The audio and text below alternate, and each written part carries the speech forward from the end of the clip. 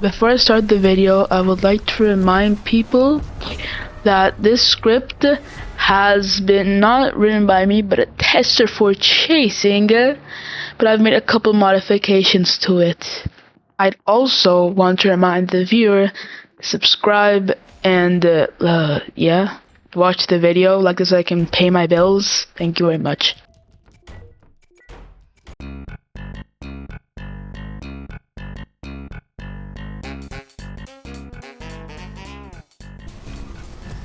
Gary has a crippling weakness to the single strongest tool in the entire game: looping. A mixture of absolutely no movement tools, a terrible anti-looping ability that can't stop anything but the smallest of loops, has a few other useless cases anyways. He has no way of dealing with it, no reliable way of stopping a survivor that wants to push or stun you to gain distance. Short, Gary has no good way of getting close, and no good way of staying close either. He doesn't have any good anti-loop, any long loop is his biggest weakness, and therefore the weakest killer in the entire killer roster. His only quote-unquote good move is Dark Slice, and is still pretty bad. The range is kinda short. If you ever died him, sorry to say this to you, sorry to break it to you also, you might have a skill issue.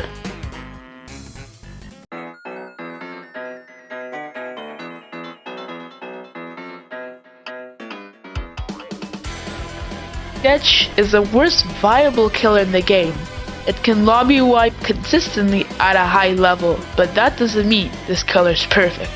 Having 30 run speed, the same as Gary, means that despite having abilities that are extremely powerful when used smartly, it still has a weakness to looping, and to an extent a weakness to pushing as well.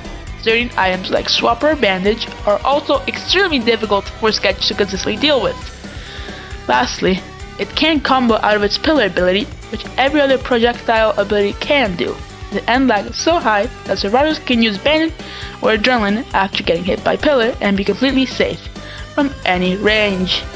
Raging Sprint also has flaws. You can loop Sketch when it's not using that ability, but you can juke it when it is using, and it makes it difficult to land your attacks. You can also just push Sketch while he's using Raging Sprint to completely, or at least sort of nullify his Raging Sprint and gain some distance.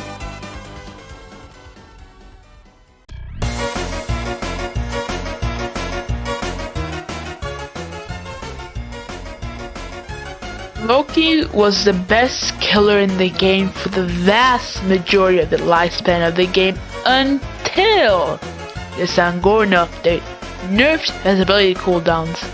He's still the second best killer in the game and only has one glaring weakness. He has the best projectile in the game with his knife throw, easily able to combo into and out of it for an insta-kill combo in full lobbies, and a dash that renders push nearly useless. It's a low commitment way of closing the distance that allows him to get in and stay in close. However, he isn't the best in the game because of a stats deficit to the best killer in the game, and also partially because of the fact that he has no quick way of closing big loops easily. This is a glaring weakness. That, and if he can break line of sight, he can't use his knife.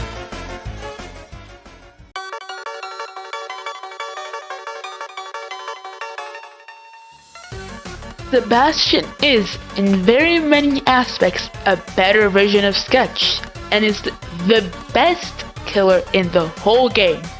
You can't really loop Sebastian because of his 31 run speed, and juking him is extremely difficult because his M1 hitbox is the biggest in the game. Combine this with the second best projectile ability in the game, and you can also get an insta-kill combo on you while also being able to break down any door you try to lock instantly. However, he isn't without flaws of his own. For one, the ability cooldown he has is the highest combined total in the game. Using both of his abilities means he has nothing for longer than anyone else does. Getting stunned while using Abyssal Domains means he gets even less value out of an ability that he can already use very rarely. Combine that with the blindness effect on its abyssal domain actually giving survivors better vision currently because of a bug, and survivors can plan ahead of to keep themselves or anyone else safe if Sebastian isn't close by. However, because of the speed boost he gets from abyssal domain, you can also juke him like you can with Sketch.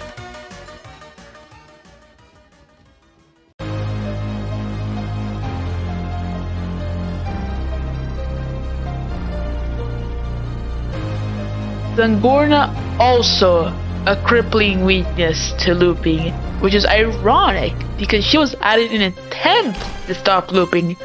She struggles to punish survivors without her dash, and her dash having such a long cooldown makes her punishes generally the weakest in the game otherwise. Once she does get in, then she's a little bit scarier because everyone is really good.